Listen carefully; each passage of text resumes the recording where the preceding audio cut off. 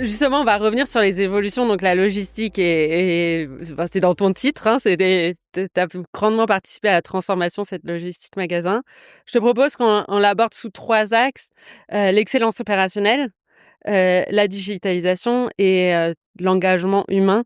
Hem, pour commencer sur l'excellence opérationnelle, c'est des basiques, je l'ai entendu plein de fois dans ce podcast, le processus est le gardien du temple, c'est ce qui permet d'assurer, le service client et cetera. Concrètement, vous étiez où et qu'est-ce que vous avez fait? Comment vous avez mis tout ça en place? Hem, la première chose, en tout cas moi, ce que j'aime bien rappeler, je rappelle souvent aux équipes, on fait partie des enseignes préférées des Français. Mmh. Donc ça c'est pas le fruit du hasard, ça veut dire qu'on fait bien notre Mmh. métier et quelque part, c'est le plus important.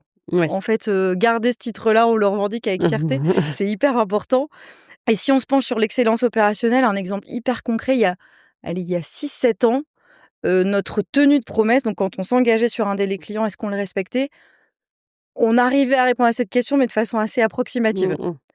Aujourd'hui, et ça fait déjà 3-4 ans, on a un niveau de finesse dans la mesure de cette performance-là qui nous permet de dire où est-ce que sur la chaîne supply logistique, ça a coincé. Est-ce que c'est au niveau du transport? Est-ce que c'est au niveau des entrepôts?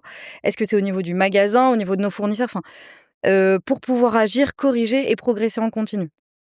Aujourd'hui, plus de 92 de nos clients sont délivrés dans les temps, dans les quantités et on continue de progresser.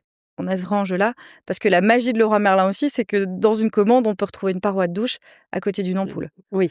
C'est pas les mêmes flux, c'est pas le enfin, donc il y a un niveau de complexité qui est réel. Donc l'excellence opérationnelle, c'est satisfaire nos clients. Ça passe par évidemment, une mesure de Mmh. plus en plus fiable et de plus en plus, claire aussi. Quand je dis de plus en plus clair, quel indicateur je dois regarder, à quelle fréquence? Ça, c'est des choses sur lesquelles on a aussi, investi ou en tout cas on a rationalisé en se disant, évidemment, c'est notre dispo, notre NPS qui mesure la satisfaction de nos clients, notre tenue de promesse, notre rapidité de délivrance, notre taux de tri, notre taux de fréquence aussi. J'aurais dû démarrer par celui-là, mais nos équipes, elles se blessent pas. C'est hyper important aussi de garantir le travail en sécurité et donc on est venu poser ce qu'on appelle un cockpit Mmh. autour d'une dizaine d'indicateurs maximum. Ça doit tenir C'est sur déjà un pas mal. 4 et c'est déjà pas mal.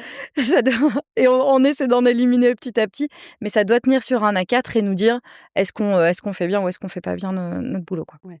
Et est-ce que pour animer, tout ça autour de la logistique magasin et donc peut-être de manière décilotée, c'est aussi, je trouve, l'intérêt du magasin, c'est qu'il y a vraiment le commerce et la supply ensemble et on parle souvent de silos, malheureusement. Vous avez travaillé autour de rituels, de, systèmes de management, un peu, nouveaux pour animer tout ça? Alors, nouveau ou en tout cas, évolutif, Mmh. et ça, c'est vraiment hyper important. On doit s'adapter aux besoins, on doit s'adapter au rythme et autres donc d'ailleurs notre fameux cockpit là, les 10 indicateurs, là, par exemple, on est venu en ajuster un, on parle maintenant du taux de tri. Donc on vient injecter des éléments d'impact positif dans nos cockpits, parce qu'on est suffisamment je veux dire, parce que l'heure est enfin, il faut le faire, quoi. Ouais. C'est indispensable. Donc à la fois dans la data et dans les rituels, pareil, ça évolue en fonction de la maturité des équipes et de leurs besoins. De façon, globale et au national, on a repoussé, toutes les formations autour du brief. Mmh. Quand, à quel moment je rassemble mon équipe, l'importance de le faire chaque jour, avant et après une étape. Je vais reparler d'un processus qui m'est cher, mais la mise en rayon, c'est pas loin d'un quart de nos heures en logistique. Donc avant une mise en rayon, on fait le brief, après on fait le débrief et ça au quotidien et ça permet, et on a constaté des améliorations de productivité de 15 par exemple. Ouais, c'est énorme. Voilà, donc c'est énorme entre des magasins qui font pas et on voit que la professionnalisation et la rigueur dans ces rituels, elle apporte de la valeur, quoi. Mmh. Donc de la formation adaptée au local, donc aux besoins du magasin et faire évoluer en continu. Mmh. Quel est notre besoin? Quelle est notre priorité? Que veulent nos clients? Et puis ça, on l'adapte fort. Ouais. Et peut-être aussi quand on parle d'amélioration continue, ce qu'on a vu arriver sur la dernière année, je vais dire, on fait entrer le client dans la logistique. Alors pas au sens propre, j'espère qu'on y arrivera Mmh. un jour, mais au sens figuré, chaque semaine, on analyse, les verbatim de nos clients, Oui. au niveau d'un magasin. Qu'est-ce qui m'a plu? Ce qui m'a pas plu? J'ai attendu trop longtemps, j'avais un Mmh. manquant, j'avais un produit, mal emballé, enfin, pour progresser en continu et je trouve que ça met aussi beaucoup de sens dans la mission, logistique, au quotidien, Ouais. quoi. Ah, c'est marrant parce que Grégory Chekroun de Fnac Darty, que j'ai eu sur le podcast, a dit exactement la même chose. Ils prennent du temps justement pour analyser verbatim. Ce que je trouve compliqué sur l'excellence opérationnelle, c'est que, et je le vois au quotidien chez les clients qu'on peut avoir, c'est plein de bon sens. Ça demande beaucoup de rigueur. L'efficacité et les chiffres que tu donnes le disent, est là. Et néanmoins, on n'y est pas toujours au rendez-vous. C'est quoi un peu la clé du succès pour embarquer les équipes qui parfois trouvent ça un peu enfantin ou un peu trop scolaire, on va dire, et maintenir la rigueur dans le temps? Et j'espère qu'on aura des logisticiens de Leroy Merlin qui écouteront ce podcast, qui se reconnaîtront. D'ailleurs, je vous salue.